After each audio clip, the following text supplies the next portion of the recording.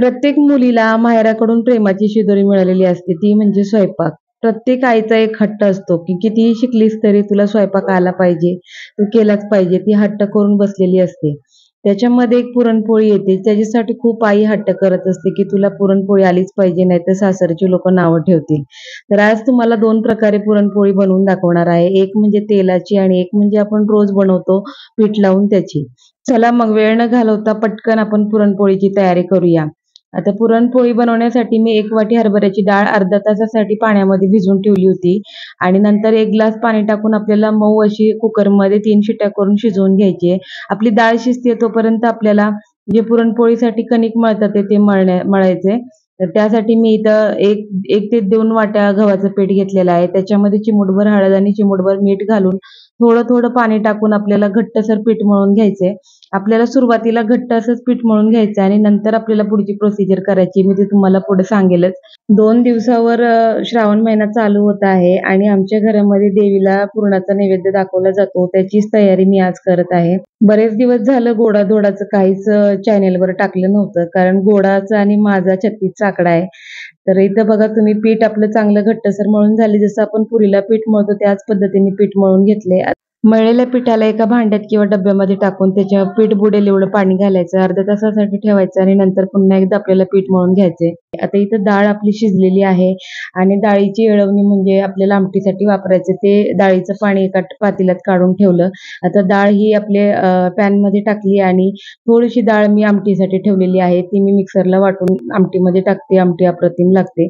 आता एका पॅनमध्ये जी डाळ घातली होती त्याच्यामध्ये 1 वाटीसाठी मी पाऊण वाटी साखर घातलेली आहे. ती चांगली थोडीशी आटली की त्याच्यामध्ये थोडीशी वेलची पूड, सूट, बडीशोप आणि आपली जायफळ असते त्याची पावडर घालायची आणि त्यालाही छान परतून घ्यायचं. थोडंसं पाणी त्यातलं कमी झालं की त्याच्यामध्ये आपल्याला चिमूटभर हळद आणि चिमूटभर मीठ घालायचं.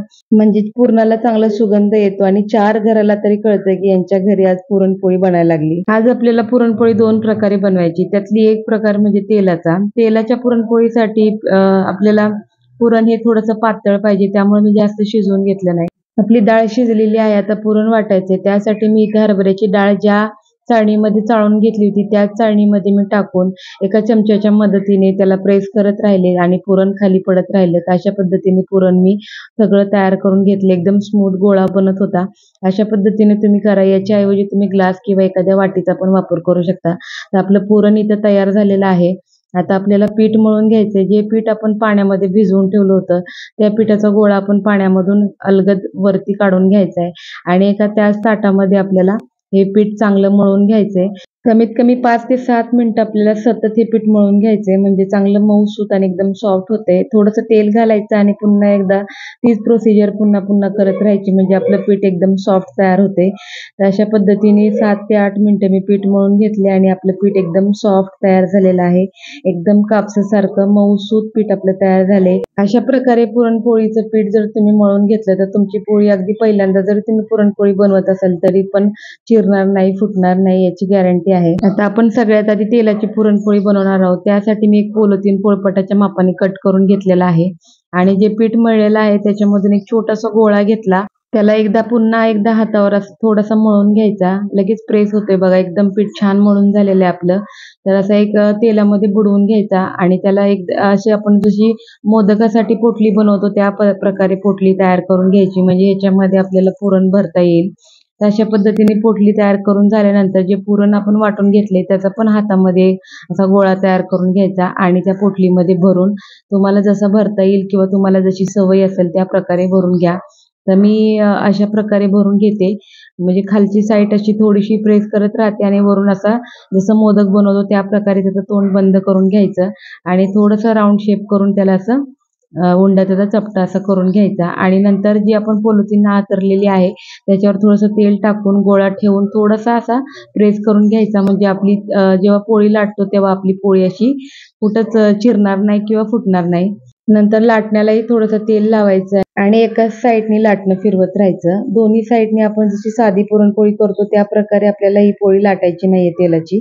तर अशा पद्धतीने मी एकाच साईडला म्हणजे माझ्याकडे लाटणं असं फिरवत मी पूर्ण पोळी लाटून घेतली.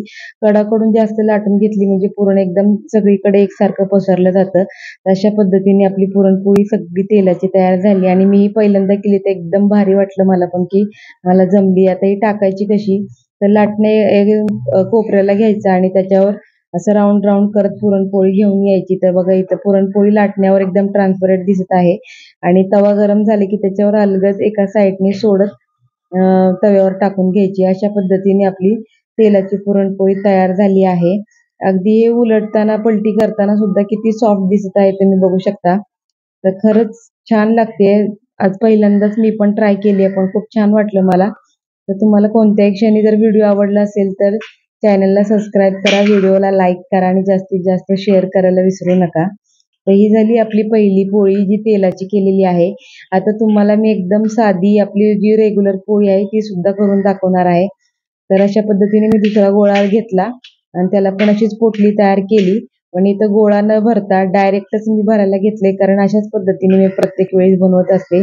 आणि पुरण घालण्यासाठी कंजूसपणा करायचं नाही. 2दा-3दा कमी वाटलं तर पुरण भरत राहायचं आणि परत त्याला पण अशाच पद्धतीने बंद करायचं आणि त्याचा पण एक गोळा तयार करून घ्यायचा. तर इथं बघा एकदम जाडसर गोळा तयार झालेला आहे. पीठ कमी आणि पुरण जास्त. अशीच पुरणपोळी खाल्ली तरच पुरणपोळी खाल्ली असं वाटतं. तर थोडंसं पीठ आपल्या पोळपाटावर टाकून घ्यायचं. इथं प्लास्टिकची गरज लागत नाही, कारण आपण पीठ टाकल्यामुळं पोळी एकदम सरकली जाते किंवा आपल्याला फिरवता येते. तर अशा पद्धतीने फिरवून एकसारखी पोळी लाटून घ्यायची. जोपर्यंत पुरणपोळीतलं पुरण दिसत नाही तोपर्यंत पुरणपोळी छान होत नाही असं म्हटलं जातं. तर ही आईने दिलेली प्रेमाची शिदोरी तुम्हाला कशी वाटली ती कमेंटमध्ये नक्की सांगा. तर इथं पुरणपोळी आपली दुसऱ्या पद्धतीची पण बनवून झालेली आहे. आणि पुरणपोळी जेव्हा आपण तव्यावर टाकतो तेव्हा त्याला लगेच पलटून घ्यायचं, म्हणजे आपली ती सादाळी जात नाही वरची बाजू आणि आपली पोळी फुटत नाही. तर ती पळी किंवा चमचा गेल्याने फुटलेली वेगळी, पण जर साधाळून जर फुटली तर एवढी म्हणजे चांगली वाटत नाही आणि सुगरणपणा आपला दिसत नाही. तर अशा पद्धतीने बघा आपली पोळी पण फुगलेली आहे आणि मी तूप लावून त्याला चांगली खरपूस रंगाची होईपर्यंत शेकून घेतलेली आहे. पुरणपोळीला कलर पण खूप छान आलेला आहे. तर अशा पद्धतीने आपली दुसऱ्या प्रकारची पण पोळी तयार झालेली आहे. पुरणपोळीचं जेवण म्हटलं की ताटामध्ये पुरणपोळी आलीच. कटाची आमटी, कुरवडी, पापडी, कांदा भजी आणि पुरणपोळी खाण्यासाठी वाटीमध्ये तूप घालून घेतलेलं मलईदार दूध. तर अशा पद्धतीने आपली महाराष्ट्राची शान म्हणजे पुरणपोळीचा स्वयंपाक. तर तुम्हाला आवडला का कमेंटमध्ये नक्की सांगा. तर आपल्या दोन्ही प्रकारच्या पोळ्या बघा एकदम ट्रान्सपरंट तयार झालेल्या आहेत. आरपार एकदम स्मूथ. आणि हे आपलं जेवणाचं ताट. तुम्हाला कसं वाटलं? छान वाटलं का? कमेंटमध्ये सांगा आणि भेटूया पुढच्या व्हिडिओमध्ये. धन्यवाद.